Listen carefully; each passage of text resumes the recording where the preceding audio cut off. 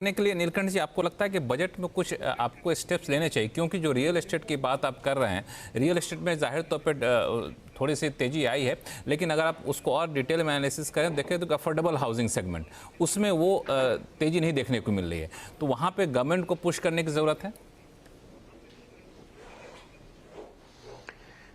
जी हाँ, मेरे हिसाब से अफोर्डेबल हाउसिंग और उससे भी ज़्यादा अर्बन इंफ्रास्ट्रक्चर।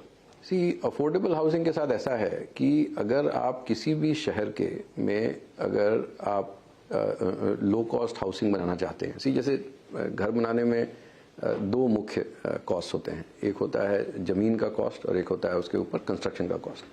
तो अगर आप बहुत बढ़िया मार्बल और बहुत बढ़िया फिटिंग्स ना भी लगाएं, ज़मीन का दाम तो आपको देना पड़ेगा। तो अगर आप किसी भी शहर में अफोर्डेबल हाउसिंग बनाना चाहते हैं तो उसको ऐसी जगह नॉर्मली लोग बनाते हैं जहाँ की ज़मीन का दाम कम हो।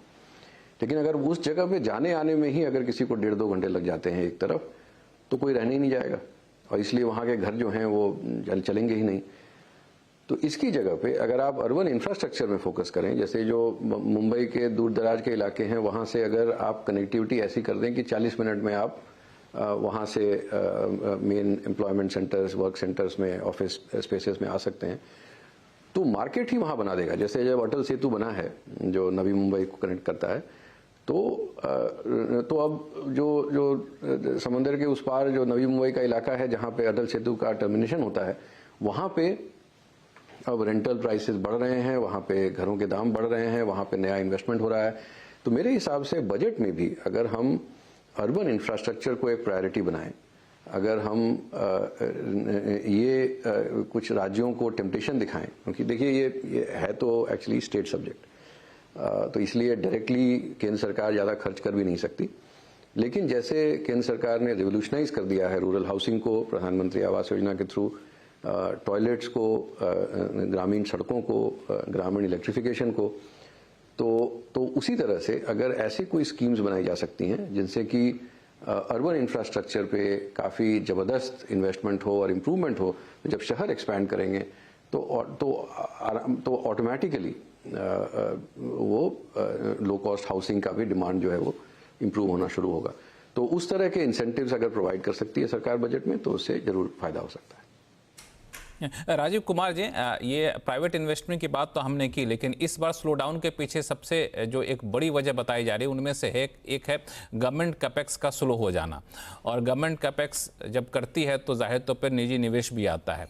तो ये कितना बड़ा कंसर्न आपको लगता है, और गवर्नमेंट कैपेक्स को इस बार के बजट में बढ़ाने की गुंजाइश आपको कितनी दिखती है?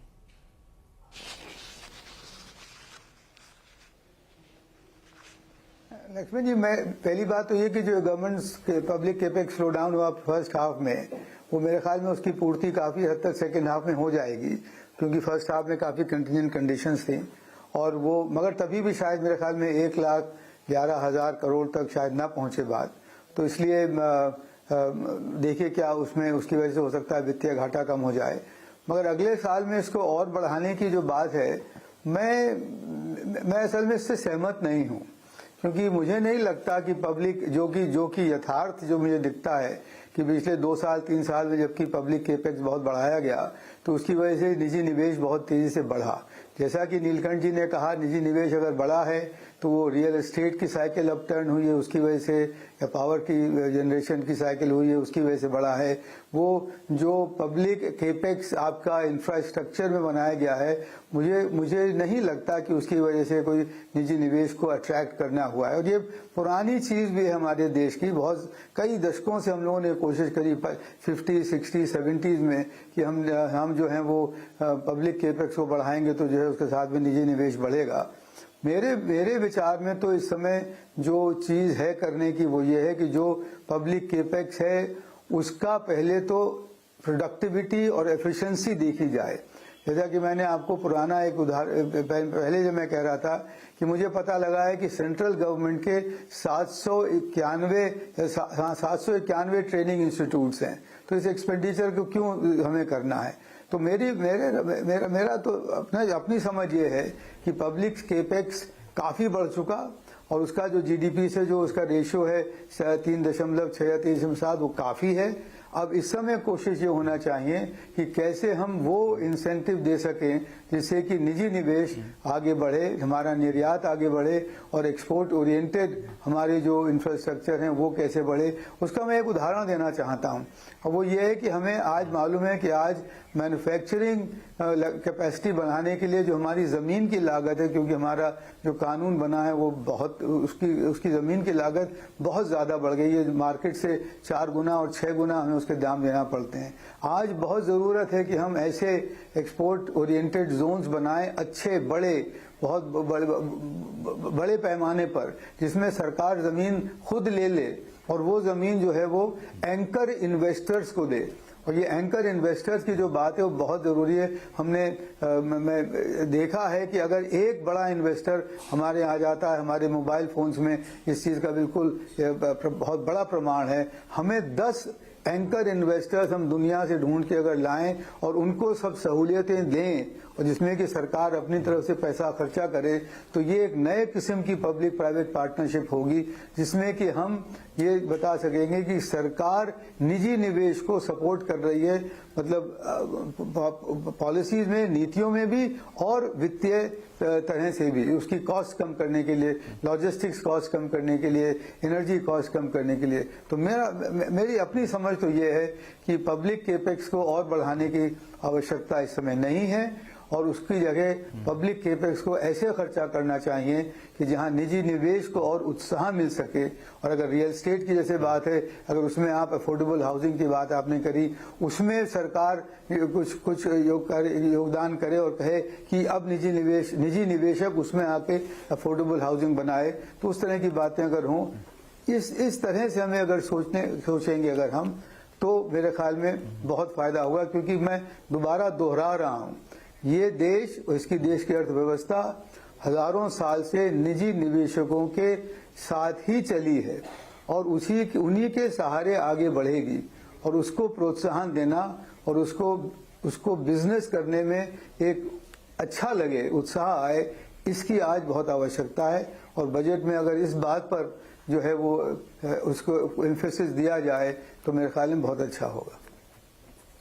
बिल्कुल। नीलकंठ जी, आप भी मानते हैं इस बात को कि गवर्नमेंट कैपेक्स जो है उसकी एक सीमा होती है, उससे ज्यादा बढ़ा नहीं सकते?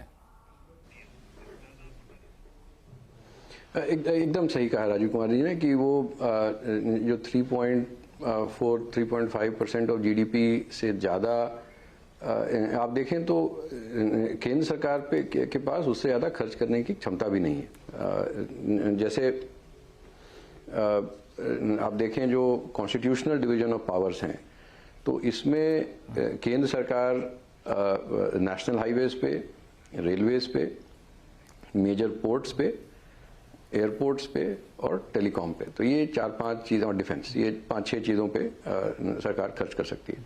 नेशनल हाईवेज में क्या हुआ है कि अभी हमारे पास कुछ 1,60,000 किलोमीटर के नेशनल हाईवेज हैं। हम ऑलरेडी 14 से 15,000 किलोमीटर हर साल बना रहे हैं। तो 10 साल में एक बार एक रोड को रिले करने की ज़रूरत पड़ सकती है। उसको आप 4 लेन कर दें, 6 लेन कर दें, 8 लेन कर दें, बट उससे ज़्यादा फ्रीक्वेंटली करना की ज़रूरत नहीं है और बर्बादी ही होगी।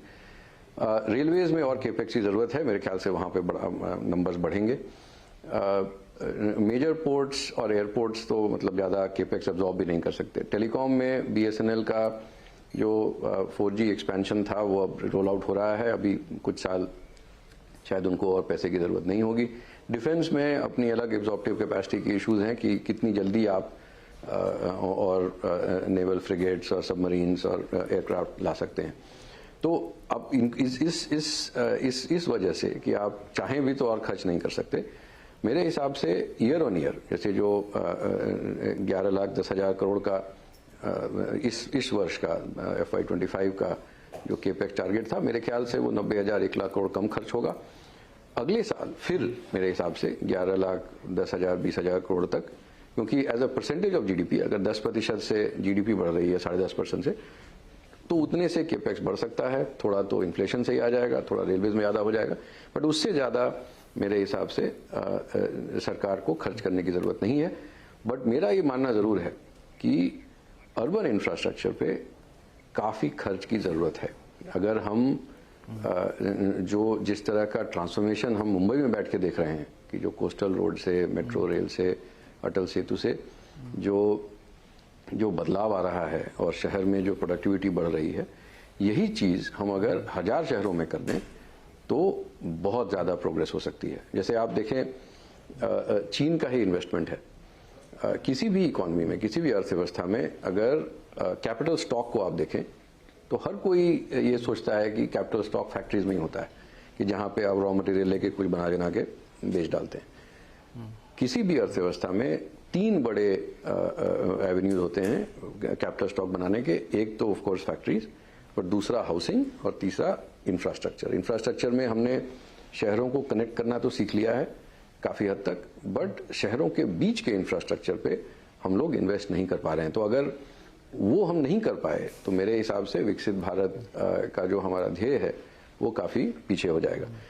तो राज्य सरकारों के साथ मिलके हमें डेफिनेटली अर्बन इंफ्रास्ट्रक्चर पे, क्योंकि ये स्टेट सब्जेक्ट है, उस पे खर्च करने का स्कोप है हमारे पास। और मेरे हिसाब से हमें तरीके खोजने होंगे कि जिससे कि लोकल गवर्नमेंट्स को डायरेक्ट फंडिंग मिले और इससे वो 100, 150, 500, 1000 शहरों में इस तरह का प्रोग्रेस हो पाए। बिल्कुल।